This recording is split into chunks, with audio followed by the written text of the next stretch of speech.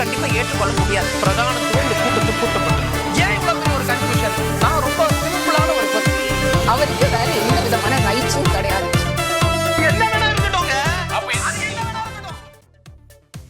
நேர்பட பேசு நிகழ்ச்சிக்கு உங்கள் அனைவரையும் அன்போடு வரவேற்கின்றேன். இன்றைய நிகழ்ச்சியில் நாம் வாதிக்க இருக்கக்கூடிய தலைப்பு சென்னை வெள்ளம் முதல் வயநாடு நிலச்சரிவு வரை சூழல் மாற்றத்தின் தீவிரத்தை நம் ஆட்சியாளர்கள் இன்னும் உணரவில்லையா? இந்த தலைப்பில் தான் நம்ம வாதிக்க இருக்கிறோம். நான் கருத்துரையாளர்களை உங்களுக்கு அறிமுகம் செய்து விடுகிறேன். மார்க்சிஸ்ட் கம்யூனிஸ்ட் கட்சியிலிருந்து திரு சிந்தன் அவர்கள் வணக்கம். பூவுலகின் நண்பர்கள் அமைப்பிலிருந்து திரு சுந்தரராஜன் அவர்கள் வணக்கம்.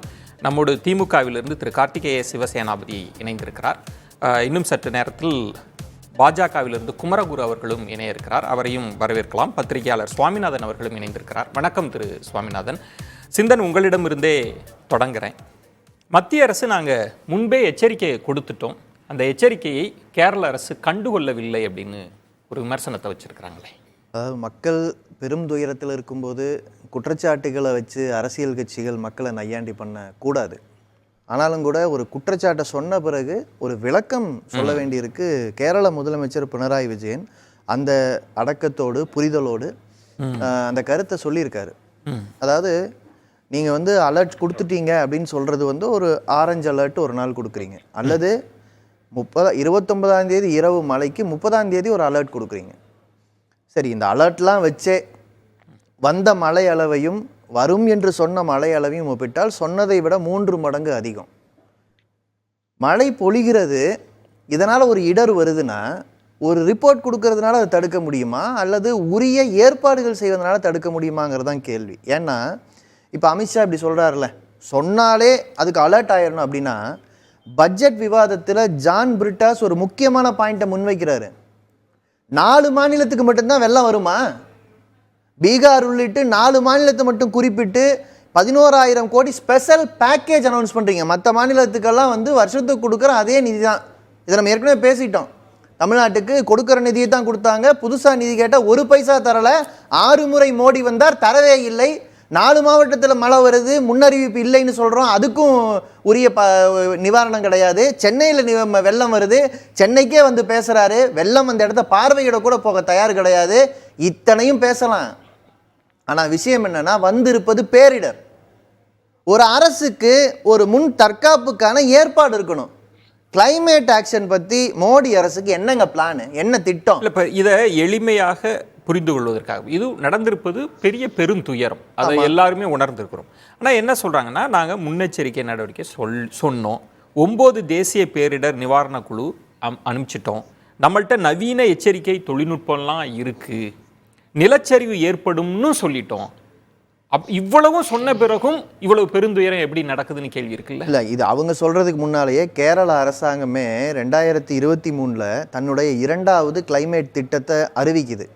அதில் வயநாடுங்கிறது ரொம்ப முக்கியமாகவே பாதிக்கப்பட்ட ஒரு பகுதி, பாதிப்பு ஏற்படக்கூடிய ஒரு பகுதின்னு சொல்கிறாங்க. அதனால் இவங்க சொன்னாங்களா அவங்க சொன்னாங்களாங்கிறது ஒரு அரசுக்கு மெக்கானிசம் இருக்குது. என்ன சூழல் வருதுன்னு எல்லாருக்குமே தெரியும். இப்போது கேரளா கிளைமேட் பிளானில் தெளிவாக சொல்லுது, நாங்கள் இவ்வளவு நிதி ஒதுக்குறோம், உள்ளாட்சிகள் உட்பட அதிகாரம் அளிக்கிறோம், ஒவ்வொரு பகுதிக்கும் எப்படி சூழலியல் மாற்றத்தை எதிர்கொள்ள வேண்டும் என்று திட்டமிடுவதற்கு உள்ளாட்சிகளிலிருந்து மேல் வரை திட்டமிடுகிறோம். ஆனால் நிதின்னு ஒரு பிரச்சனை வருது, அதையும் ஒன்றிய அரசுக்கு எடுத்து சொல்கிறோம்.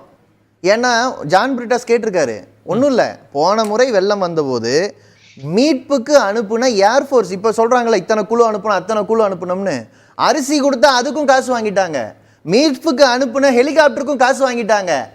அப்போ ஒரு ஒன்றிய அரசு உதவி என்று சொல்லுவதெல்லாம் சும்மா, காசெல்லாம் மாநில அரசு அள்ளி அள்ளி கொடுக்கணும். அப்போ மாநில அரசு இருக்கிறதுல இருந்து தான் இன்னைக்கு மீட்பில் தான் நாங்கள் உட்காந்துட்டு இருக்கோம். இன்னும் உயிர் போனது எத்தனை உயிர்னு தெரியாது இல்லைங்க. அதுக்குள்ள எப்படி அரசியல் ஆரம்பிக்கிறார்?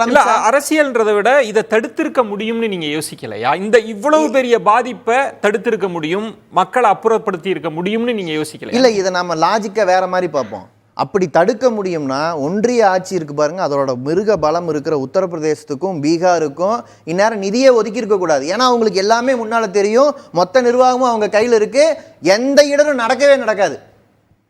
அப்படித்தானே பார்க்கணும்.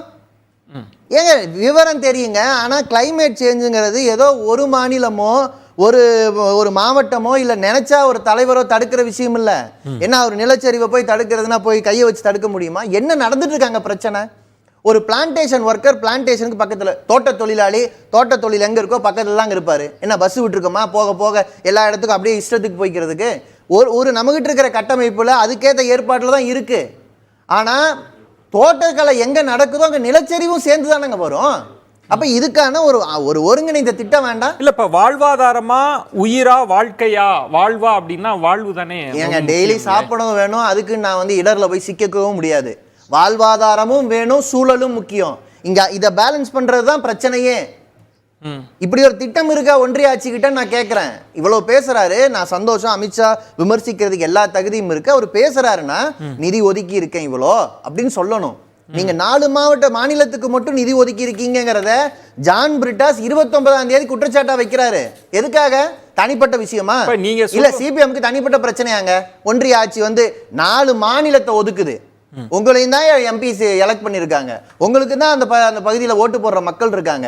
அப்போ நீங்கள் 4 மாநிலத்துக்கு மட்டும் நிதி ஒதுக்குறீங்க. தமிழ்நாடு கேரளா உள்ளிட்டு வெள்ளத்தால் பாதிக்கப்பட்டு இடரால் பாதிக்கப்பட்டு திரும்ப திரும்ப கேட்கக்கூடிய உதவி செய்யுங்கன்னு கேட்கக்கூடிய உங்களுக்கு கடமை இருக்குன்னு சொல்லக்கூடிய மாநிலங்களுக்கு இப்போ வந்திருக்க இடர் பேசுன அடுத்த நாள் இடர் பேசலாம் சிந்தன். இப்போ நீங்கள் சொல்கிற முக்கியமான இடம்ன்றது நிதி பேரிடர் மேலாண்மை நிதியில நமக்கு நிதி மட்டும் இல்ல, திட்டமே கிடையாதுங்க. திட்டமிடல் மத்திய ஒன்றிய ஆட்சி கிட்ட என்ன திட்டம் இருக்குன்னு அப்படி வரிசையா சொல்லுங்க, பேசுவோம். அதை பேசலாம். திரு குமரகுரு, இதுல இந்த வயநாடு பெருந்துயரம் அந்த விஷயத்தை எடுத்துக்கிட்டாலே கேரள அரசுக்கு நீங்க சொல்றீங்க நாங்க முன்பே எச்சரிக்கை கொடுத்தோம் அப்படின்னு.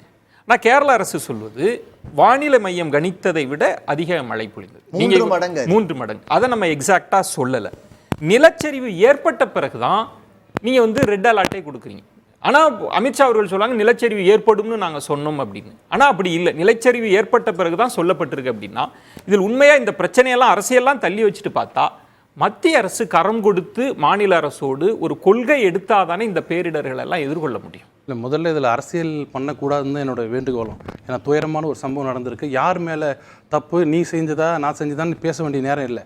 ஆனால் அமித்ஷா அவர்கள் சொன்னது என்னென்னா, நாங்கள் சொன்னதை முதலே கேட்டிருந்தீங்கன்னா கொஞ்சம் இதெல்லாம் தவிர்த்துருக்கலாம் அப்படின்னு ஒரு ஆதங்கத்தில் சொல்கிறது உங்களால் தான் அப்படின்னு சொல்லி நினச்சது. அப்படி பேசக்கூடாது. நீங்கள் சொன்ன மாதிரி ரெட் அலர்ட்லாம் இல்லை. அவர் என்ன சொன்னார்னா ஆரஞ்சு அலர்ட் ரெட் அலர்ட்ன்றது மழை சம்மந்தப்பட்டது. ஆனால் இவங்க சொன்னது அங்கே ரொம்ப மோசமான நிலைமை வரப்போகுது, ஜாக்கிரதையாக இருங்கன்னு ஜூலை 23 சொன்னாங்க. சொன்னது மட்டும் இல்லை, 9 பெட்டாலியன் அனுப்புகிறாங்க. நீங்கள் கொஞ்சம் யோசிங்க, எங்கேயாவது பெட்டாலியன் அனுப்பிச்சு பார்த்துருக்கீங்களா? பிஃபோர் இந்த மாதிரி நடக்கிற ஒரு பேரிடர் நடக்கிறதுக்கு முன்னாடி எந்த ஸ்டேட்டுக்காவது பெட்டாலியன் அனுப்புகிறாங்களா? அப்போ அவங்க சீரியஸ்னஸ் என்ன இருக்குது?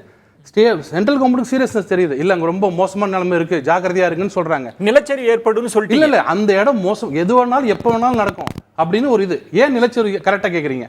இது இப்போ இல்லை. அவர் சகோதரர் சொன்னார் இப்போ என்ன பண்ணீங்க நீங்கள்? இல்லை, 2021 கேரளா அசம்பிளியில் கே ராஜன்ற ஒரு ஃபாரஸ்ட் மினிஸ்டர், வனத்துறை அமைச்சர் சொல்கிறாரு ஒரு கேள்வி கேட்கறதுக்கு, ஒத்துக்கொள்கிறோம் வயநாட்டில் ஏகப்பட்ட ஆக்கிரமிப்புகள் வந்திருக்க கூடாது தான், எங்களால் அதை ரிமூவ் பண்ண முடியல, அதுக்கு காரணம் மத ரீதியான எங்களுக்கு அழுத்தம் வருது.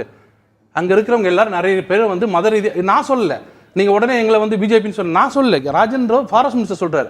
எப்போ 2021 அப்போ என்ன சொல்கிறாங்க, இஸ்ரோலேருந்து என்ன சொல்கிறாங்கன்னா, இந்தியா முழுக்க இருக்கிற 30 டிஸ்ட்ரிக்டில் மோசமான ஹாட்ஸ்பாட் இந்த லேண்ட்ஸ்லைடுக்கு வரக்கூடிய டிஸ்ட்ரிக்ட் எடுத்துக்கலாம், 10 டிஸ்ட்ரிக்ட் கேரளாவில் இருக்குது.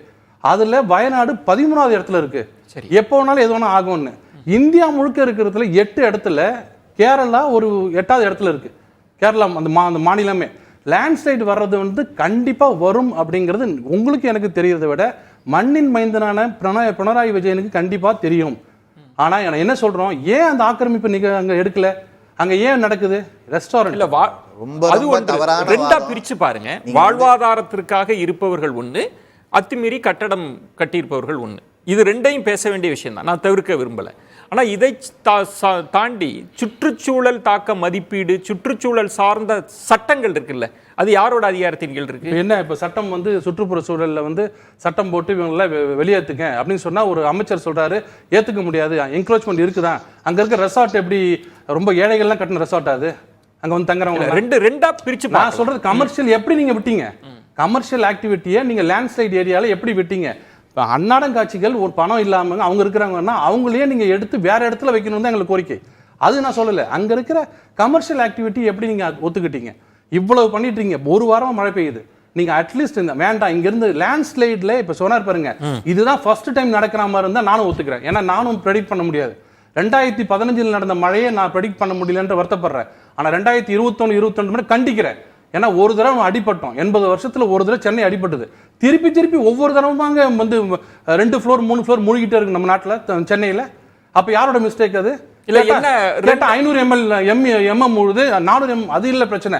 நீங்க ஆன்டிசிபேட் பண்ணணும், ட்ரைனேஜை நீங்க பார்க்கணும். எப்படி தமிழ்நாட்டில் சொன்னமோ அதே போல லேண்ட்ஸ்லைடுன்றது உங்க தலைக்கு மேல தொங்கி இருக்க கத்தின்றது 30 வருஷமா சொல்லிட்டு இருக்காங்க. லேண்ட்ஸ்லைடு அங்க வரும். ஏன் நம்ம தமிழ்நாட்டில் ஊட்டியில கொங்கன் ஹில் சைடுல வெஸ்டர்ன் காட்ல இப்பவும் சொல்றாங்க ரிஸ்க் இருக்குன்னு.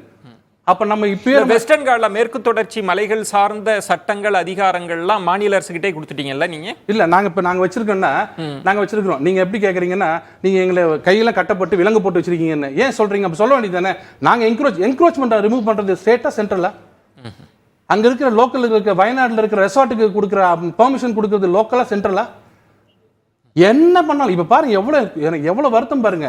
இது ஏன் நடக்குது, ரெண்டாவது நடக்கக்கூடாதுன்னு பேசுறதை விட்டுட்டு மத்திய அரசு என்ன செஞ்சது, மத்திய அரசு மேல இருந்து கப்பல் விட்டுதா, கீழே இருந்து ராக்கெட் விட்டுதா, இதை பேசதான் வந்து சுற்றுப்புற சூழல் சார்ந்த கொள்கைகள், ஒழுங்கு நடவடிக்கைகள், பேரிடர் மேலாண்மை சார்ந்த நிதிகள், இதெல்லாம் உங்க கையில வச்சுட்டு நீங்க என்க்ரோச்மெண்ட் அப்படின்ற ஒரு சின்ன விஷயத்துல சுருக்குறீங்க இந்த பிரச்சனை. அது மட்டும் போதுமா இயற்கை பேரிடரை எதிர்கொள்ள? இந்த இடத்துல லேண்ட்ஸ்லைட் வர்றதுக்கான பாசிபிலிட்டி இருக்குன்னு இஸ்ரோ, நாங்க சொல்லல, பிஜேபி சொல்லல, இஸ்ரோ சொல்லுது லேண்ட்ஸ்லைடோட ஹாட்ஸ்பாட் இதுன்னு. அப்போ அந்த இடத்துல நீங்க கூடுதல் கவனமா இருக்கணும். ஏங்க இந்த இடத்துல ஒண்ணு இல்ல, இந்த இடத்துல நிலநடுக்கம் அதிகமா வரும்னு சொன்னா அந்த இடத்துல மக்களை குடியேற்றக்கூடாது. ஆனா குடியேற்றுவேன். ஆனா லேண்ட்ஸ்லைட் வந்ததுன்னா முழுக்க மோடியும் அமித்ஷாவும் காரணம். இப்ப சிந்தன் அவர்கள் சொன்னதுல குமரகுரு, இப்ப பேரிடர் மேலாண்மை, பேரிடர் மீட்பு நிதி எல்லாம் மத்திய அரசு ஒதுக்குது இல்ல. இப்ப நீங்க சொல்றீங்க இவ்வளவு ஆபத்து நிறைந்த கேரளாவுக்கு இருக்கு அப்படின்னு. உண்மையில அந்த ஆபத்து சார்ந்து ஒதுக்கி இருக்கிறீங்களா இல்ல ஒதுக்குனீங்களா? எந்த ஆபத்து? இல்ல கூட்டணிக்கு ஆபத்தா இல்ல மக்களுக்கு ஆபத்தா? ஏதோ பிரையாரிட்டி வச்சு வயநாடுல இந்த நிதி கொடுத்தீங்கன்னா இவங்களை என்க்ரோச்மெண்ட்ல எடுத்துருவோம், இந்த நிதி கொடுக்காதனால என்க்ரோச்மெண்ட் நாங்க அப்படியே வச்சுப்போம்னு சொன்னீங்களா? நிதிக்கு எதுக்கு சம்பந்தம்? நிதி எப்ப கேட்கணும் தெரியுங்களா? இருங்க இப்ப இருங்க, மீட்டிங் நடக்குது இல்ல, இப்ப நீங்க பேரிடர் மேலாண்மை அனுப்பாம இருந்து நாங்க எதுவும் பண்ணாம இருந்தா இப்ப அனுப்ப மாட்டீங்களான்னு கேக்குறது ரைட். முன்னாடியே அனுப்பிச்சிட்டோம், நிதி பேச வேண்டிய நேரமாவது. இது வந்து பேராபத்து நடந்தது காரணம் நீங்க என்க்ரோச்மெண்ட் நீங்க ரிமூவ் பண்ணல.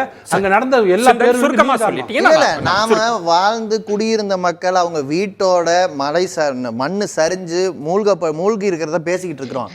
இது வந்து எந்த நாள நடந்ததுங்கிறதுக்கான ஆய்வு பண்ணணும்னா ரெஸ்கியூ நடந்துட்டு இருக்கும்போது பேசக்கூடாது. சென்ட்ரல் கவர்மெண்ட் அப்படி எந்த ரிப்போர்ட் இது வரைக்கும் கொடுக்கல.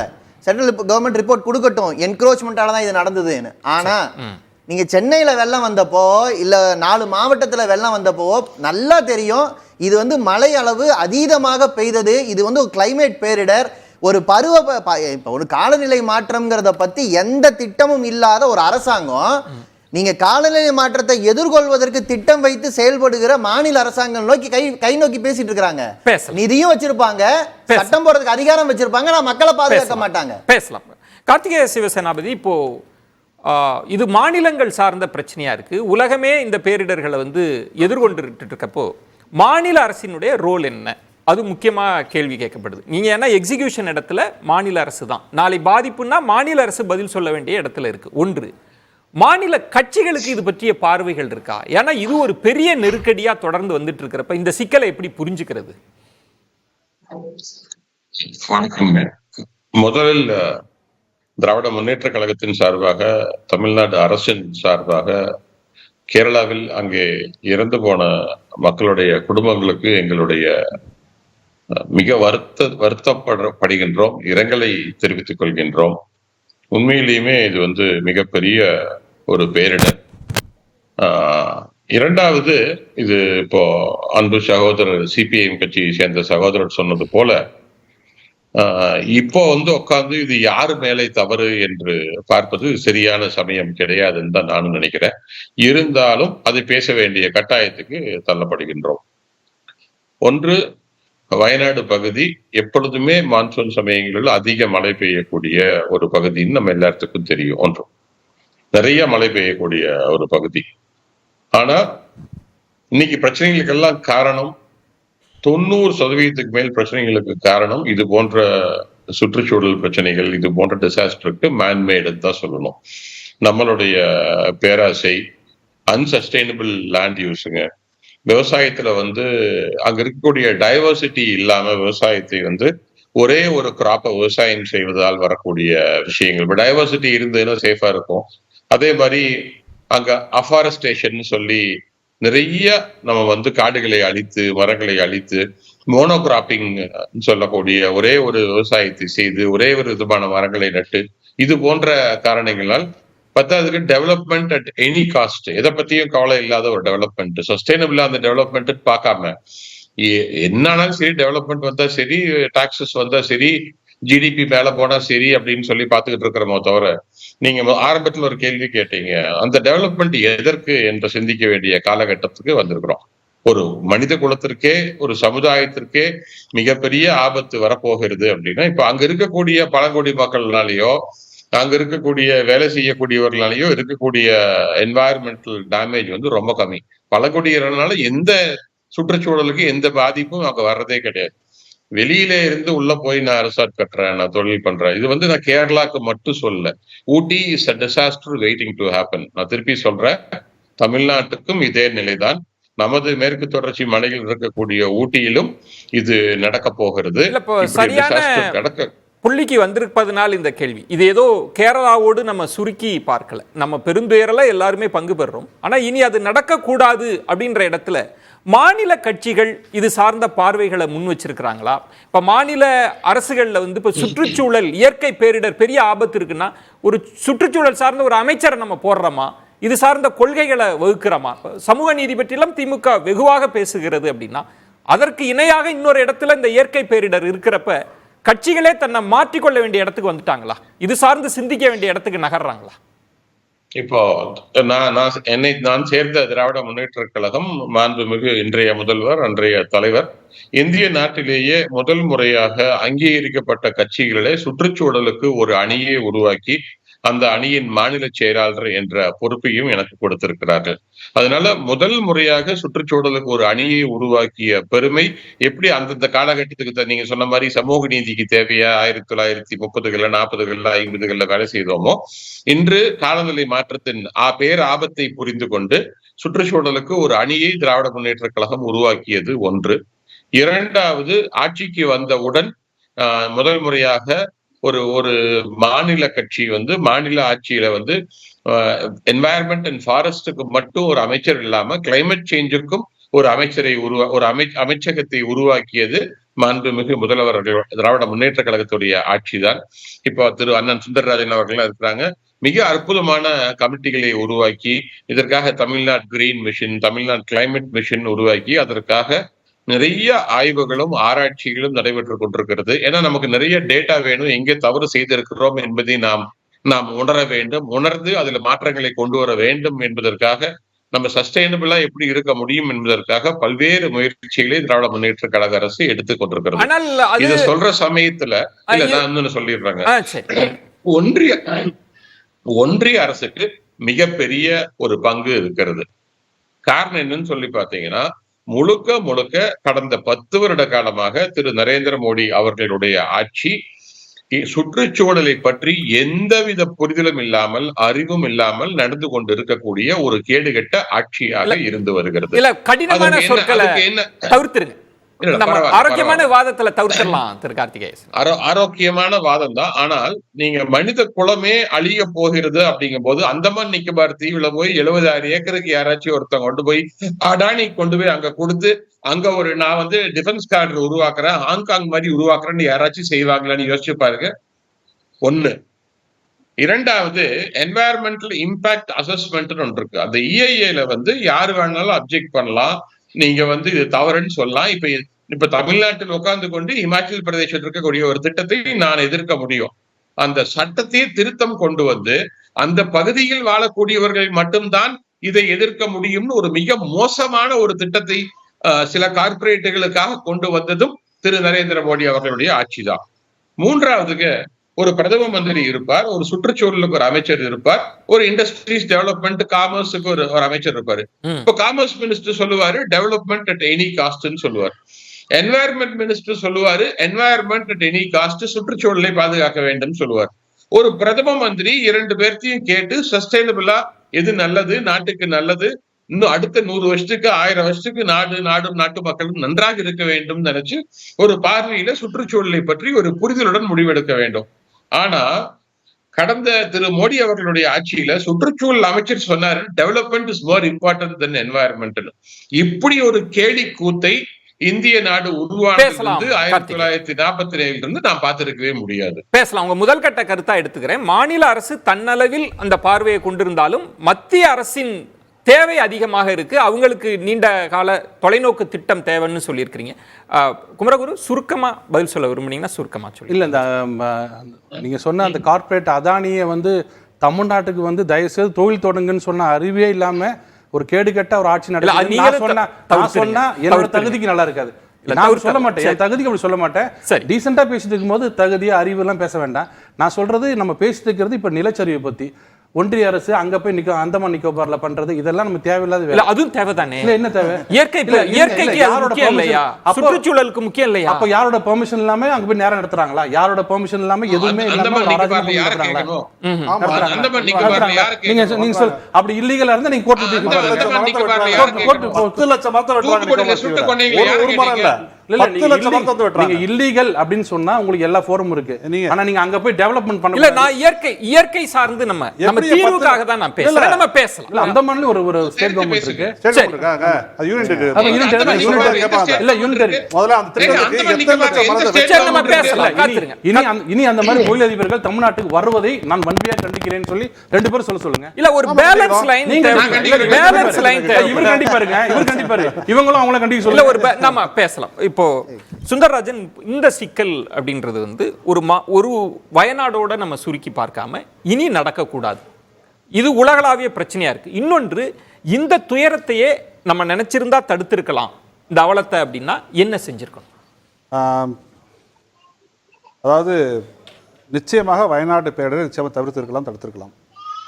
ஒரு ஒன்றிய அரசாங்கம் எப்படிப்பட்ட முன்னெச்சரிக்கை கொடுக்க வேணும்னா, நீங்கள் அமெரிக்காவுக்கு போய் இறங்குனீங்கன்னு வச்சுக்கோங்களேன். இந்த ஊரில் போய் மினசோட்டாவில் போய் இறங்குறீங்க அப்படின்னா, இன்று மாலை 3:30 முதல் 4:15 மணி வரை இந்த ஊரில் 30 மில்லிமீட்டர் மழை பெய்யும், கவனமாக இருந்துக்கணும் உங்களுக்கு மெசேஜ் வரும். நாங்கள் என்ன பண்ணுவாங்க, ஐஎம்டி மிதமானது முதல் கனமானது வரை தமிழகத்தின் கடற்கரை மாவட்டங்களில் எல்லாம் மழை பெய்யும் சொல்லுவாங்க. மிதமானதுனா என்ன, கனமானதுனா என்ன? தமிழ்நாட்டில் 14 கடற்கரையோர மாவட்டங்கள் இருக்குது. அதில் எங்கே பெய்யும் இது நமக்கு தெரியாது. துல்லியமாக சொல்கிறது இல்லை, முடியாது, தெரியாது. நமக்கு தான் வேறு நோக்கங்கள் இருக்குல்ல. கியான் வாப்பியை பார்க்கணும், மற்ற விஷயங்கள் பார்க்கணும்ல. நமக்கு இந்தியாவுக்கான கிளைமேட் மாடல் இருக்கா? 10 வருஷமாக அந்த ஆட்சி செய்கிறாங்க. இந்தியாவுக்கான காலநிலை மாதிரிகள் எங்கே? இன்னும் ஐரோப்பாவிலேருந்து அமெரிக்காவிலேருந்து ஆஸ்திரேலியா கடன் வாங்கி நம்ம ப்ரெடிக்ட் பண்ணிருக்கோம். இந்தியாவுக்கான காலநிலை மாதிரிகள் எங்கே? பெருசாக ஜெயராம் ரமேஷ்னு ஒரு அமைச்சர் காங்கிரஸ்லேருந்து Indian institute of tropical meteorology ஒரு நிறுவனத்தை உருவாக்காவிட்டால் இந்திய பெருங்கடல் என்ன ஆச்சுன்னு நமக்கு தெரிஞ்சிருக்காது. இன்னைக்கு இந்திய பெருங்கடல் எவ்வளோ மாற்றம் ஏற்பட்டிருக்குன்னு ஒரு ஆய்வு பண்ணுறதுக்காக ஒரு அமைப்பு இயங்கிட்டு இருக்குன்னா ஐஐடிஎம் தான். இவங்க 11 வருஷம் ஆட்சிக்கு இந்தியாவுக்கான கிளைமேட் மாடல்ஸ் எங்கே போச்சு? இன்னமும் நீங்கள் எப்படி ப்ரெடிக்ட் பண்ணுறீங்க? ரெட் அலர்ட், ஆரஞ்சு அலர்ட்னா என்ன? 20 சென்டிமீட்டர் கீழே மழை பெய்யும். ரெட் அலர்ட்னா என்ன? 20 சென்டிமீட்டர் மேலே பெய்யும்.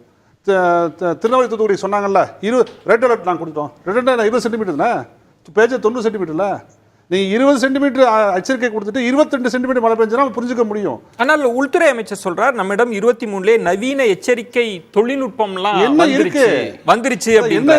பேரிடர்கள்ல கணிக்கிற 3 நாடுகள், துல்லியமா கணிக்கிற 3 நாடுல நம்ம நாடு ஒண்ணு. ரொம்ப அபத்தமா சொல்றாரு. அவ்வளவு சொல்லுவாங்க, ரொம்ப அபத்தமா சொல்றாரு. ஏங்க 4 நாள்ல 70 முதல் 100 சென்டிமீட்டர் மழை பெஞ்சிருக்குங்க. நான் மாநில அரசு தப்பே செய்யல நான் சொல்லலை. நம்ம பேசிட்டு இருக்கிறது ஒன்றிய அரசாங்கம் என்ன எச்சரிக்கை கொடுத்துருக்கு. 4 நாளில் 70லேருந்து 100 சென்டிமீட்டர் மழை பெஞ்சிருக்கு. அது நீங்கள் சொன்னீங்களா? ரெட் அலர்ட்னா 20 சென்டிமீட்டர் மழை, நீங்கள் பெஞ்சுக்கு 100 சென்டிமீட்டர் மழை. 20 சொல்லி 28 பெய்யலாம், சமாளிச்சிடலாம். 20 சொல்லி 100 பெஞ்சா அதான் துல்லியமாக சொல்றதா நீங்க? ஸோ அப்போ நம்ம தொழில்நுட்பத்தில் தான் சிக்கல் இருக்குன்னு சொல்ல வரீங்களா? முதல்ல அதுவும் ஒரு காரணியா இருக்கு. தொழில்நுட்பம் ரெண்டாவது. காலநிலை மாற்றம்னா என்ன நமக்கு தெரியணும். We have only changed, climate has not changed சொல்றாரு பிரதமர் போய் குழந்தைகள்கிட்ட போய் பேசும்போது. நாங்கள் சொல்ல, பிரதமர் போய் குழந்தைகிட்ட பேசும்போது we have only changed, climate has not changed சொல்றாரு. இப்படிப்பட்ட ஒரு பிரதமரை வைத்துக்கொண்டு நான் climate சேஞ்சை ஃபேஸ் பண்ண போகிறோமா? இந்த நாட்டோட பெரிய பேடர் தெரியுமா? வயநாட்டு துயரம் இல்லை, ஒன்றிய அரசாங்கம் தான் பெரிய பேடர். இந்த தேசத்தின் பெரிய பேடர் ஒன்றிய அரசாங்கம். எப்போ எந்த வகையில் பொறுப்பாக்குறீங்க? 10 வருஷமா கிளைமேட் சேஞ்சுக்கு என்ன பண்ணீங்க? என்ன செஞ்சிருக்கணும்? கிளைமேட் மாடல் இல்லை. நீங்க என்ன நடக்கும் தெரிஞ்சா தானே என்ன பண்ண முடியும்னு உங்களுக்கு தெரியும். நீங்கள் என்ன நடக்குது, ஏன் நடக்குது, எப்படி நடக்குது. இப்போ இந்தியாவுக்காக, இந்தியா போன்ற வெப்பமண்டல நாடுகளில் நீங்கள் வெதரை ப்ரெடிக்ட் பண்ணுறது ரொம்ப கஷ்டம். அப்படி இருக்கும் பொழுது நமக்குன்னு ஒரு பீசோ ஸ்கேல் லெவல்னா ஒரு 10 கிலோமீட்டர் ரேடியஸ்க்குள்ளவே நமக்கு இது தரவுகள் வேணும். அது யார் தருவா? அமெரிக்கா தரமாட்டான், ஐரோப்பா தரமாட்டாங்க. ஏன்னா உங்கள் ஊர் நடக்கிறதுக்கு ஏதோ நாங்கள் சொல்லுவோம்ப்பா, ஒரு 90 சென்டிமீட்டர் பெய்யும் நாங்கள் சொல்லுவோம். தூத்துக்குடி திருநெல்வேலி மழையை AWS வந்து சரியாக கணிச்சாங்க, 90 சென்டிமீட்டர் மழை சொன்னாங்க. ஆனால் நாம் சொன்னது 20 சென்டிமீட்டர் ரெயின்ஃபால் சொன்னோம். அது எப்போ மழை பெய்ய ஆரம்பிச்சதுக்கு அப்புறம் சொன்னோம். அப்போ நீங்கள் வந்து இந்தியாவுக்கான காலநிலை மாதிரிகளை உருவாக்காமல் இந்தியா காலநிலை 1,75,000 ஹெக்டேர் நிலப்பரப்பை ஆத்ம நிர்பர் என்கிற பாரத்ங்கிற பேரில் வந்து மத்திய இந்தியாவில் காடுகளை, வனங்களை பெரிய நிறுவனங்களுக்கு கொடுத்துச்சு இந்த அரசாங்கம். கேட்டால் பாக்சைட் எடு, மினரல் எடு, கோல் எடு, 1,75,000 ஹெக்டேர் காடுகள் கொண்ட பரப்பளவை வந்து கொடுத்துச்சு. நாட்டுக்கு வளர்ச்சியும் தேவை. இப்ப கார்த்திகேயன் யார் வளர்ச்சி தேவையெல்லாம் இப்ப இன்னொன்று இடம் இருக்குல்ல, நீங்க மத்திய அரசு எந்தெந்த இடத்துல தவறு செய்தாங்க அப்படின்றப்ப குமரகுரு கேட்ட மாதிரி இப்ப மாநில அரசுக்கு இதுல பொறுப்பே சொல்லவே இல்லையே. இந்த மாதவ் காட்கில் குழு அறிக்கை தெளிவாக ஒட்டுமொத்த மேற்கு தொடர்ச்சி மலை மீதும் பயணங்கள் சென்று இந்த மேற்கு தொடர்ச்சி மலை முழுவதும் பாதுகாக்கப்பட வேண்டிய பகுதி, அதை 3ஆ பிரிக்கிறாங்க. Echo sensitive zone 1, echo sensitive zone 2, echo sensitive zone 3 அப்படி பிரிக்கிறாங்க. எக்கோ சென்சிட்டிவ் ஜோன் 1னா நீங்கள் வந்து காடுகள் மற்றும் விவசாயத்தவரை செய்யக்கூடாது. எக்கோ சென்சிட்டிவ் 2னா சில விஷயங்கள் செஞ்சுக்கலாம் கூடுதலாக, 3ஆவதுனா இன்னும் கூடுதலாக செஞ்சுக்கலாம். என்ன முரண் தெரியுமா? இந்த நிலச்சரிவு ஏற்பட்ட வைத்திரி இருக்குல்ல, அந்த தாலுகாவை எக்கோ சென்சிட்டிவ் ஜோன் 1ன்னு சொல்லியிருக்க மாதவ் காட்கில் குழு. இந்த மாநில அரசு அந்த குழுவோட அறிக்கை ஏற்றுக்கொள்ளவில்லை. அது மாநில அரசு தவறு. எங்களுக்கு சூழல் தாங்க முக்கியம், சுற்றுச்சூழல் தான் முக்கியம். சுவாமிநாதன், இனி இது நடக்கக்கூடாது அப்படின்னா, ஏன்னா இயற்கை பேரிடர் நம்மளை அச்சுறுத்தி கொண்டே இருக்கிறது. அந்த இயற்கை பேரிடரின் சீற்றத்துக்கு எந்த வளர்ந்த நாடுகளும் தப்பிக்க முடியாத சூழல். அப்ப இதிலிருந்து நம்மளை எப்படி தற்காத்துக் கொள்வது, இயற்கையை எப்படி கொஞ்சம் படிக்கிறது அப்படின்றப்போ இது சட்டம் சார்ந்து இருக்கு, நிதி சார்ந்து இருக்கு, ஒருங்கிணைந்த செயல்பாடு சார்ந்து இருக்கிறப்ப இந்த பிரச்சனையை எப்படி அணுகணும்னு நினைக்கிறேன்? இந்தியா மாதிரி மாநில அரசு அமைப்புகள், மத்திய அரசு இந்த சூழல்ல எப்படி இதை எதிர்கொள்ளணும்னு நினைக்கிறீங்க? அதாவது நம்ம ஒரு உதாரணமா நான் கேரளத்தையே பேசலாம் அப்படின்னு நான் நினைக்கிறேன். அந்த கேரளத்தை எடுத்துக்கிட்டாலே ஏற்கனவே அவங்க 2 கமிட்டிகளுடைய அறிக்கை கொடுத்திருந்தாங்க. அதை அந்த மாநில அரசாலே செயல்படுத்த முடியல. நம்ம வந்து அரசு என்ன செய்யணும் அப்படின்னு நம்ம எதிர்பார்க்கறதுக்கு முன்னாடி, நம்ம இந்தியா மாதிரியான ஒரு நாட்டுல நம்ம இன்னைக்கு ஆக்கிரமிப்புன்னு நம்ம பேசுறோம். கேரளா பேசும்போது நம்ம தொடர்ந்து ஆக்கிரமிப்பு நிலம் பேசுறோம். அங்க ஆக்கிரமிப்புங்கிறது ரொம்ப குறைவுதான். அந்த மக்களுடைய வாழ்வாதாரத்துல, வாழ்வியல் முறையிலேயே அவங்க மலை சார்ந்த ஒரு வாழ்க்கை தான் வாழ்ந்துட்டு இருக்காங்க. அந்த கேரளத்துல வயநாடு பகுதியில் இருக்கக்கூடிய மக்கள். இன்னும் சொல்ல போனா அவங்க ஆரம்ப காலத்துல எல்லாம் பாத்தீங்கன்னா பெரிய பெரிய மரங்கள் அங்க இருந்ததெல்லாம் ரப்பர் மரங்களா மாத்துறாங்க அவங்களுடைய வணிக பயன்பாட்டுக்கு. ரப்பரோட வயசே 15 வருஷம் தான். சோ அந்த ரப்பர் பெருசா வேறுட்டு இருக்காது அப்படிங்கிறது ஒண்ணு. நான் இதுக்கு ஒரு சின்ன உதாரணம் மட்டும் சொல்லிக்கலாம் அப்படின்னு நான் நினைக்கிறேன் சார். PT தாமஸ் அப்படின்னு சொல்லி ஒரு சட்டமன்ற உறுப்பினர் இருந்தார். கடந்த 2021 கேரளத்துல காங்கிரஸ் கட்சி சார்பில் போட்டியிட்டு ஜெயிச்சிருந்தாரு திருக்காக்கரை சட்டமன்ற தொகுதியில. அவர் அண்மையில இறந்து போனார், புற்றுநோய்க்கு இறந்து போனார். அப்ப அவர் இறந்து போறப்ப ஒரு பாட்டு பாட சொல்லியிருந்தார். அவர் இறப்புக்கு பின் இந்த பாட்டு தான் நீங்க பாடணும். அது என்ன பாட்டுனா, எத்தனை ஜென்மம் எடுத்தாலும் நான் கேரளால வந்து பிறக்கணும் அப்படிங்கிறது தான் அந்த பாட்டினுடைய தமிழ் அர்த்தம். அவர் ஏன் அந்த பாட்டு சொன்னாரோ, அவர் அந்த அளவுக்கு தீவிரமான சுற்றுச்சூழல் ஆர்வலர்.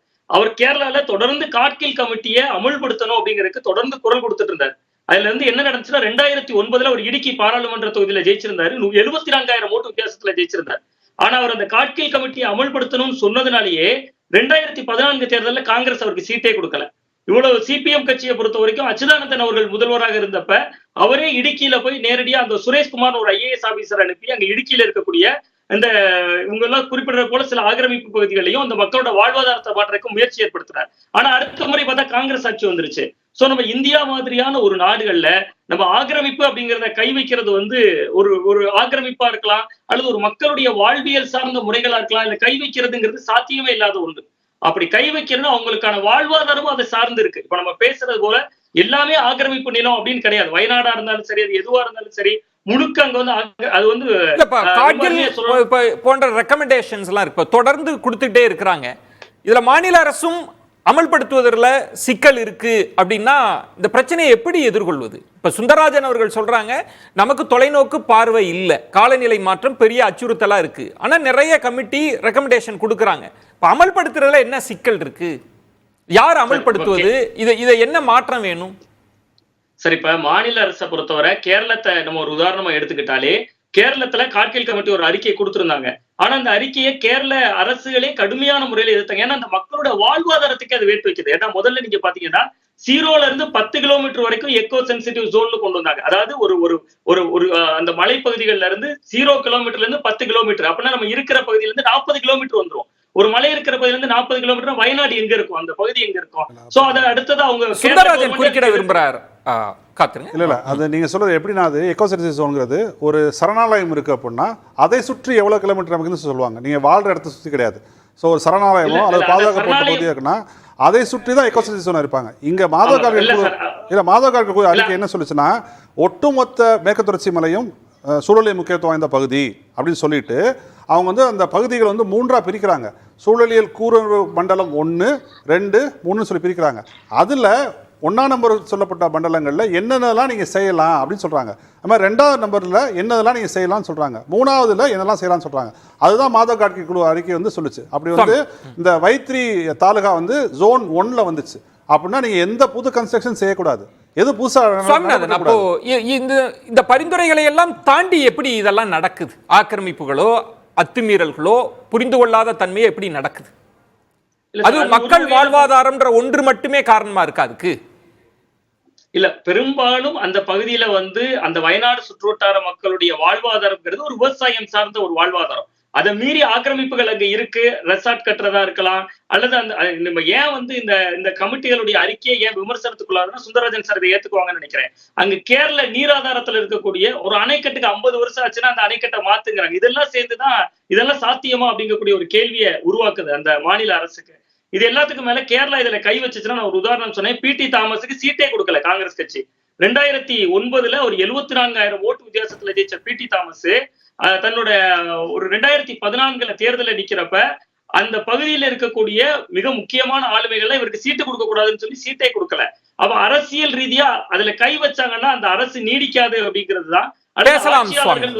ஒரு அங்க இருக்கக்கூடிய நெருக்கடிகளை நீங்க சொல்லியிருக்கிறீங்க. இது பற்றி நம்ம தொடர்ந்து பேசலாம். இந்த பகுதியில நம்ம தீர்வை நோக்கி நகரலாம் அப்படின்னு நினைக்கிறேன். இனி அடுத்து என்ன செய்யணும் அப்படின்றப்ப குமரகுரு, மத்திய அரசுக்கான பொறுப்புகள் அதிகமா இருக்கு, பார்வைகளை மாற்றிக்கொள்ள வேண்டிய தேவை இருக்கா காலநிலை சூழலியல் சார்ந்து? அது மத்திய அரசு நீங்கள் சொன்ன மாதிரி நிதி கொடுக்கலாம், அட்வைஸ் பண்ணலாம், அவ்வளோதான் பண்ண முடியும். தவிர இம்ப்ளிமெண்டேஷன் யார் பண்ணணும்னா ஸ்டேட்டு தான் எல்லாத்துக்குமே. சரி, இங்கே தமிழ்நாட்டில் கூட ஒரு நண்பர் சுந்தரராஜன் சொல்லும்போது கூட நீங்கள் கரெக்டாக கணிச்சு சொல்லலன்னு சொல்கிறார். கரெக்டு, கணிச்சு சொல்கிற மாதிரி இந்தியாவோட இது கிடையாது எப்பவுமே. இங்கே நானும் வந்து யூஎஸ் போனால் யூகே போனோம்னா அடுத்த 10 நிமிஷம் மழை பெய்யும் நிற்கும்னு தெரியும். ஆனால் இந்தியாவில் இப்போ இல்லை, இங்கே இந்த இது சொல்ல யூபி அரசாங்கமும் சரி இப்பவும் சரி யாராலும் பண்ண முடியாது. நம்ம தட்பவெப்ப நிலை அப்படி இங்கே இருக்கிற மாதிரி எனக்கு புரிஞ்ச வரைக்கும் சொல்கிறேன்.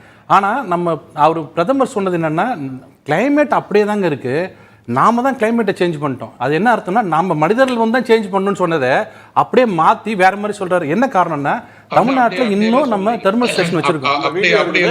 இல்ல, நீங்க எலக்ட்ரிசிட்டி வேணும்னு சொன்னா நம்ம தெர்மல் ப்ராஜெக்ட் போறோம், நிறைய போறோம். தெர்மல் போனீங்கன்னா பொல்யூஷன் அதிகம். நாம என்ன சொல்றோம், சோலார் போங்கன்றாங்க. தமிழ்நாட்டில் சோலார் போனால் என்னென்ன ஆகும், எப்படி பெர்மிஷன் வாங்க முடியும் எல்லாருக்கும் தெரியும். அது ஏன்னா எல்லாரும் சேர்ந்து கை தட்டணுங்க, ஒருத்தர் மட்டும் தட்ட முடியாது. நான் என்ன சொல்கிறேன், மத்திய அரசு மட்டும் இல்லை மாநில அரசுகளும் பண்ணணும். நம்ம மத்திய அரசின் மீது இப்போ இந்த வாதத்திலே வைத்தது கடந்த 10 ஆண்டுகளில் எந்த புரிதலும் இன்றி இயற்கையை சூழலியலை நீங்கள் அணுகிட்டு இருக்கிறீங்க அப்படின்றதான் விமர்சனமாக இருக்கு. இல்லைங்க, இப்போ ஒன்றிய அரசு என்ன செய்திருக்கிறது, வயநாடுல இப்போ நடந்தது பர்டிகுலராக வயநாடு வெஸ்டர்ன் காட்ஸ் உள்ள பிரச்சனை. நீங்கள் தமிழ்நாட்டில் என்ன நடந்தது, வேறு இடத்துல நடந்ததுன்னா எல்லா இந்தியா முழுக்க ஒரு பிரச்சனை. வயநாட்டில் அவர் சொன்னார் பாருங்க, ஈகாலஜிஸ்ட் மாதவ கார்கில் என்னன்னா, மற்றதெல்லாம் விட்டுருங்க, அவர் வெஸ்டர்ன் கார்டே பாதுகாக்கணும்னு சொன்னார். ஆனால் பர்டிகுலராக வயநாட்டில் என்ன சொன்னார்னா, ஏகப்பட்ட குவாரிஸ் இருந்தது, மண் கல் குவாரிக்கு நிறைய இருந்தது. அது நிறைய வெடியெல்லாம் வெடிச்சதுனால, ஆனால் நாங்கள் எதிர்ப்பு தெரிவிச்சோன்னா டிஃபங்க் விடுத்தாங்க, முடிஞ்சிருச்சு. ஆனால் அதனோட தாக்கம் இருக்கு பாருங்க, வெடிச்சதுனால வர தாக்கம் வந்து பூமிக்குள்ளே நிறைய வெடிப்பு இருக்கு. இதெல்லாம் நாங்கள் சொல்லி தான் நாங்கள் பேனல் என்ன சொன்னோம், தயவு செய்து அங்கே குடியேற்றாதீங்க, மக்களையே குடியேற்றாதுன்னு சொல்லும் போது இங்கே ரெசார்ட் கொண்டு வந்து வைக்கிறீங்களே, நியாயமா வைக்காதீங்கன்னு சொன்னாங்க. அது யார் கண்ட்ரோல் இருக்குன்னா, எல்லாமே ஒன்றியம் அப்படின்னு சொல்லக்கூடாது, அது ஸ்டேட் கவர்மெண்ட் கண்ட்ரோல். அப்போ ரெசார்ட் வரக்கூடாதுன்னு பார்க்கணும், நீங்க தான் பார்க்கணும். இதே ஒன்று சொல்றேன், அந்த விஷயத்தில் நான் சுந்தரராஜன் கூட ஒத்துழைக்கிறேன். ஊட்டியிலும் சரி கொடைக்கானலும் சரி இதே மாதிரி வராமல் இருக்கிறது நம்ம தான் பாதுகாத்துக்கணும். ஏகப்பட்ட கட்டடங்கள் கொடுத்துட்டே போறது நல்லது இல்லை. சிந்தன், இந்த பருவநிலை மாற்றம் அப்படிங்கிறது ஏதோ இந்திய அரசாங்கம் நினைச்சா கூட தடுக்கிற பிரச்சனை கிடையாது. இப்போ சமீபத்தில் ஹீட் வேவ், பெரிய அளவுக்கு மரணங்கள், அது ஏதோ சவுதியில் அங்கே மட்டும் இல்லை, இந்தியாவிலையும் நடந்தது. ஆனால் இந்தியாவில் ஹீட் வேவ் வரும்போது என்ன சிக்கல்னா, பாதிக்கப்பட்டால் போய் சிகிச்சை பெறுவதற்கான மருத்துவமனைகளே இல்லாத பகுதியில் மரணம் அதிகமாக நடந்தது. ஒன்று நீங்கள் வந்து பருவநிலை மாற்றம்ங்கிறது கொண்டு வரக்கூடிய இடர்களை எதிர்கொண்டாக வேண்டும். அதற்கான உள்கட்டமைப்பு நமக்கு தேவை. இப்போ நீங்கள் ஒன்றும் இல்லை, இப்போ போய் சேர்ற இடத்துக்கு நம்ம இப்போ இந்த ஒரு பேரிடர்லேருந்து மீட்பதற்கு போய் சேரணும்னா பாதைகள் ஒழுங்காக அமைச்சு தான் ஆகணும். அவங்கள கூட்டிகிட்டு வர்றதுக்கோ இடம்பெயர்ந்து இன்னொரு இடத்துல தங்க வைப்பதற்கோ அதுக்கான கட்டுமானம் வேணும். கேரள அரசாங்கம் அதுக்கும் நிதி ஒதுக்கி இருந்தது. அதுக்கு நிதி கிடைக்காதப்போ கிஃப்பின்னு ஒரு ஏற்பாடு மூலமாக நாங்கள் வந்து நிதியை உருவாக்கி இன்ஃப்ராஸ்ட்ரக்சரை உள்கட்டமைப்பை வளர்த்துவதுன்னு பண்ணணும். ஆனால் இப்போ மாதவ் காட்கில் அறிக்கை மாதிரி அறிக்கைகள் ஏன் வந்து ஈவன் இடதுசாரிகள் உட்பட விமர்சித்தோம்னா, நீங்கள் இதை விட்டுட்டு அதுங்கிற எந்த அதாவது வாழ்வாதாரத்தை விட்டு சூழலை பாதுகாப்பதுன்னு அதிவேகமாக நகர முடியல. ஆனால் அந்த நோக்கம் சரிதான். பருவநிலை மாற்றம் என்பது உலகளாவிய பிரச்சனை. அப்போ இதை எதிர்கொள்வதற்கு ஒரு ஒருங்கிணைந்த திட்டமிடுறாங்க. அதனால தான் சொன்னேன், 2 திட்டம் விரிவான திட்டத்தை அரசு நிர்வாகத்தை முழுமையாக பயன்படுத்தி கேரளா வெளியிட்டது. அதில் வயநாடு நம்ம பிரச்சனைக்குரிய இடம், பிரதானமான கவலைக்குரிய இடம்னு சொன்னோம். 50,000 கோடி ரூபாய் நிதி செலவு செய்துதான் இந்த சூழலை எதிர்கொள்ள முடியும். பருவநிலை மாற்றத்தை தடுக்க முடியாது, ஆனால் எதிர்கொள்வதுதான். ஆனா என்னன்னா, இன்னொரு பக்கம் உலகத்தின் வெப்பநிலை 1.5 டிகிரி செல்சியஸ்ங்கிற அந்த அதாவது தொழிற்புரட்சிக்கு முன்னாடி இருந்த நிலைமையிலிருந்து உயர்ந்துட்டு இருக்குங்கிறதையும் சேர்த்து பார்த்தீங்கன்னா, இந்த பிரச்சனையை ஒருங்கிணைந்து எதிர்கொள்வதற்கு ஒரு அரசியல் உறுதி தேவை. அது நாடு முழுமைக்கும் வேணுங்க, உலகம் முழுமைக்குமே தேவை இல்ல, நாடு முழுமைக்கும் தேவைன்னா நாம வளரும் நாடு என்கிற அடிப்படையில் வளர்ந்த நாடுகளை நிர்பந்திக்க வேண்டிய தேவை இருக்கிறது. இன்னொன்று, பெரும் பணக்காரர்கள் மிகப்பெரிய அளவுக்கு காடுகள் அழிக்கிறாங்க. அவங்க மேல டாக்ஸ் போடுறதுக்கு, கிரீன் டாக்ஸ் போடுறதுக்கு இன்று வரைக்கும் நமக்கு தைரியம் உண்டா? அது அரசியல் உறுதி இல்லாம வருமா? கார்த்திகேய சேனாதிபதி, இப்போ இந்த பிரச்சனை எதிர்கொள்வதில் மாநில கட்சிகளினுடைய ரோல் என்னவாக இருக்கும்? இப்ப நீங்க ஒரு கட்சியை சார்ந்து இருந்தாலும் கூட சுற்றுச்சூழல் சார்ந்த தளங்களையும் பயணிக்கிறதுனால மாநில கட்சிகள் என்ன மாதிரி திட்டமிடலோட இருக்கணும்னு நினைக்கிறீங்க? உங்க நிறைவு கருத்தா சுருக்கமா? அதாவது இப்போ ஊட்டி எடுத்துக்கங்க, கொடைக்கானல் எடுத்துக்கங்க, நம்ம ஸ்டேட்டை பத்தி பேசுறோம், வயநாடு எடுத்துக்கங்க. அங்க இருக்கக்கூடிய இம்ப்ளிமெண்டேஷன், இந்த ஆர்கனைசேஷனை வந்து மாநில கட்சிகளுடைய முழுக்க மாநில கட்சிகளுடைய பொறுப்பில் தான் அது இருக்கிறது. அதற்கும் ஒன்றிய அரசிற்கும் பெரிய சம்பந்தம் கிடையாது. ஆனா நம்ம நாட்டுல இருக்கிற பிரச்சனை என்னன்னு சொல்லி பாத்தீங்கன்னா, ஒரு ரோட்ல ஒருத்தர் பிளாஸ்டிக் போட்டாருன்னா அவர் என்னமோ சுற்றுச்சூழலுக்கு மிகப்பெரிய ஆபத்தை உருவாக்கிட்டாருன்னு சொல்லி நம்ம திட்டுறோம், வார்த்தை பேசுறோம், அவர் அசிங்கப்படுத்துறோம், சோசியல் மீடியால ட்ரோல் பண்றோமோ தவிர, லட்சக்கணக்கான ஏக்கரை எந்த விதமான மனசாட்சி இன்றி அழிப்பதற்கு பெர்மிஷன் கொடுக்கக்கூடிய ஒன்றிய அரசை யாரும் கேள்வியே கேட்பதில்லை. இந்த 10 வருட காலமாக மிக மோசமான ஒரு நிலைமையில் இந்திய நாடு சுற்றுச்சூழலை பொறுத்து இருக்கிறது. அதனால பெரிய அழிவுகளை, பெரிய பாதுகாப்பை ஒன்றிய அரசினால் மட்டும்தான் செய்ய முடியும். 2வது, இப்ப திரு சுந்தரராஜன் அவர்கள் சொன்ன மாதிரி, ஒன்றிய அரசுக்கு என்ன பார்வை இருக்கிறது? பாரதிய ஜனதா கட்சிக்கோ இன்னைக்கு ஒன்றிய அரசுக்கோ சுற்றுச்சூழலை பற்றி என்ன புரிதலும் என்ன பார்வையும் இருக்கிறது? இதனால என்ன வரும் என்பதை பற்றி அவர்களுக்கு கவலை இருக்கிறதா? கிடையாது. உங்களோட பேர் என்னன்னு கடைக்கு முன்னாடி எழுதுங்க, உங்க மதம் என்னன்னு கடைக்கு முன்னாடி எழுதுங்கன்னு சொல்லி ஏதாச்சும் மாட்டு இறைச்சி அரசியல், அடிதடி அரசியல், இப்படித்தான். இதை பற்றி இவ்வளவுதான் அவங்களுடைய சொன்னது. ஒருங்கிணைந்து நம்ம எதிர்கொள்வோம் அப்படின்றாரு. நீங்க மத்திய அரசு எக்ஸ்க்ளூட் பண்ணி இந்த பிரச்சனையை அவர்கள் வந்து தமிழ்நாட்டை சார்ந்தவராக இருக்கங்காட்டி அவருக்கு சுற்றுச்சூழலை பற்றி ஒரு புரிதலும் அறிவும் ஆற்றலும் இருக்கிறது. அதை வரவேற்கின்றேன், ஒருங்கிணைந்து பாடுபடுவோம். ஆனா வட இந்தியாவில் இருக்கக்கூடிய, இன்னைக்கு பாரதிய ஜனதா கட்சி ஆட்சியில் இருக்கக்கூடிய ஏதாவது ஒரு ஒன்றிய அமைச்சர்களாக இருக்கக்கூடியவர்களுக்கு சுற்றுச்சூழலை பற்றி ஒரு புரிதல் இருக்கிறதா? அதற்காக ஒரு கூட்டத்தை கூட்டி இருக்கிறார்களா? சுற்றுச்சூழல் நாம் பேணி பாதுகாக்க வேண்டும், நம்ம என்ன செய்யணும், எப்படி நம்ம அந்த 1.5 டிகிரி டெம்பரேச்சர் பத்தி எல்லாரும் பேசிட்டு இருக்கிறோம். இந்த வருஷம் பாத்தீங்கன்னா நம்ம சம்மர் மாதங்கள்ல வந்து காலை 11 மணியிலிருந்து 3 மணி வரைக்கும் யாரும் வேலைக்கு போக வேண்டாம்னு சொல்லி மாவட்ட ஆட்சித்தலைவர்கள் சொல்றாங்க. இதுல சகோதரர் சிபிஎம் இருந்து வந்திருந்த சகோதரர் சொன்ன மாதிரி, சுற்றுச்சூழலை கெடுத்து குட்டிச்சவர் செய்வது மிகப்பெரிய பணக்காரர்களும் அவர்கள் இன்னும் பணம் சம்பாதிக்க வேண்டும் என்பதற்காகத்தானோ தவிர, ஆனால் இந்த சுற்றுச்சூழலுடைய அழிப்பினால் மிகப்பெரிய கஷ்டப்படுவது சாமானிய மக்களும் ஏழை எளிய மக்களும் தான் ரொம்ப கஷ்டப்படுறாங்க. ஏன்னா பெரிய பணக்காரர்கள் பாதிக்கப்படுவது இல்லை ஆரம்ப காலத்தில். அதற்கு பிறகு எல்லாத்திற்கும் ஒரே நிலைமை தான். சுற்றுச்சூழல் அழியும் பொழுது எல்லோருக்கும் ஒரே நிலைமை தான் வரப்போகிறது. திரு சுந்தரராஜன், இப்போ உலகளாவிய பிரச்சனையாக காலநிலை மாற்றம் மாறி இருக்கிறது. இந்தியா இதை எப்படி எதிர்கொள்ளணும்னு நினைக்கிறேன்? அதாவது அதான் நம்ம சொல்கிறோம், முதல் படி என்னென்னா, இந்தியாவிற்கான காலநிலை மாதிரிகள் வந்து நமக்கு தேவை, மாடல்ஸ் தேவை. ஏன்னா அது வந்தால் தான் எங்கே விவசாயம் பாதிக்கும், எங்கே மழை பெய்யும், எங்கே வந்து புயல் வரும் அப்படிங்கிற விஷயத்தை வந்து நம்ம வந்து ஜென்ரேட் பண்ணி, அதுவும் ஒரு நாளில் வந்துடாது, அது பல ஆண்டுகள் வந்து போனால் தான் நடக்கும். ஸோ ஃபஸ்ட்டு ஸ்டெப் அது.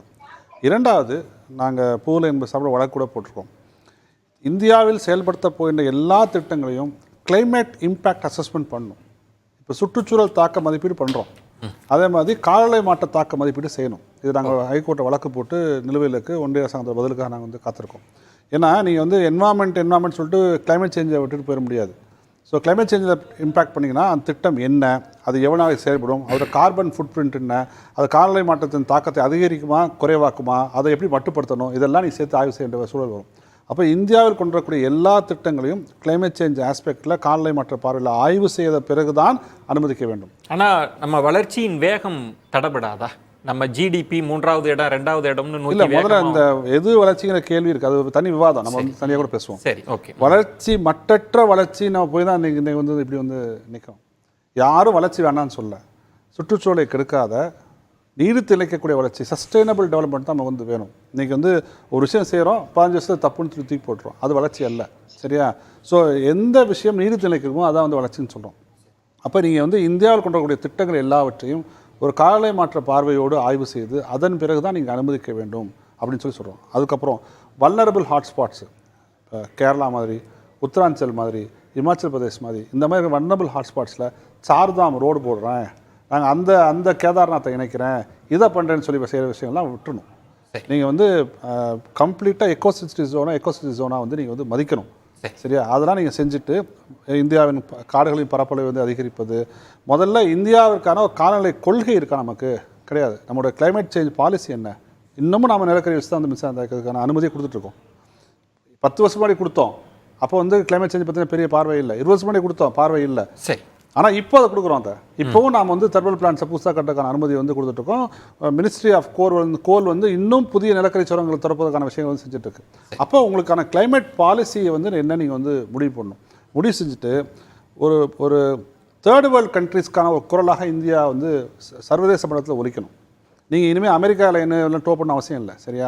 சரி. அதிகமாக கார்பனை உமிழ்ந்தது மேற்குள்ள நாடுகள் தான், அதில் எந்த மாற்றங்களும் கிடையாது. அப்போ 3ஆம் இந்தியா, சீனா, பிரேசில் போன்ற நாடுகளின் குரலாக இந்தியா வந்து சர்வதேச அரங்கில் வந்து ஒலிக்கணும். எப்போ நீ தப்பு பண்ணிட்ட, அந்த தப்பை நாங்கள் சரி செய்வதற்கு எங்களுக்கான தொழில்நுட்பத்தையும் பார்த்தையும் கொடுக்கக்கூடிய பொறுப்பு உனக்குன்னு சொல்லி அதான் பாரிஸ் ஒப்பந்தம் சொல்லுது. CBDR பாரிஸ் ஒப்பந்தம் தான் சொல்லுது.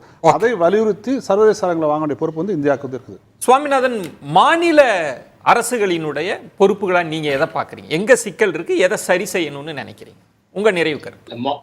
மாநில கட்சிகளை பொறுத்த வரைக்கும் அவங்களுக்கு வந்து நீங்க ஆக்கிரமிப்புகளை அகற்றுறதுல அவங்களுடைய பங்களிப்பு தான் ரொம்ப முக்கியமா இருக்கு. ஆனா அது என்ன சிக்கல் இருக்குன்னா, பெரும்பாலும் அந்த ஆக்கிரமிப்பாளர்கள் அரசுகளோட, உள்ளூர் அரசுகளோட ரொம்ப நெருக்கத்துல இருக்காங்க.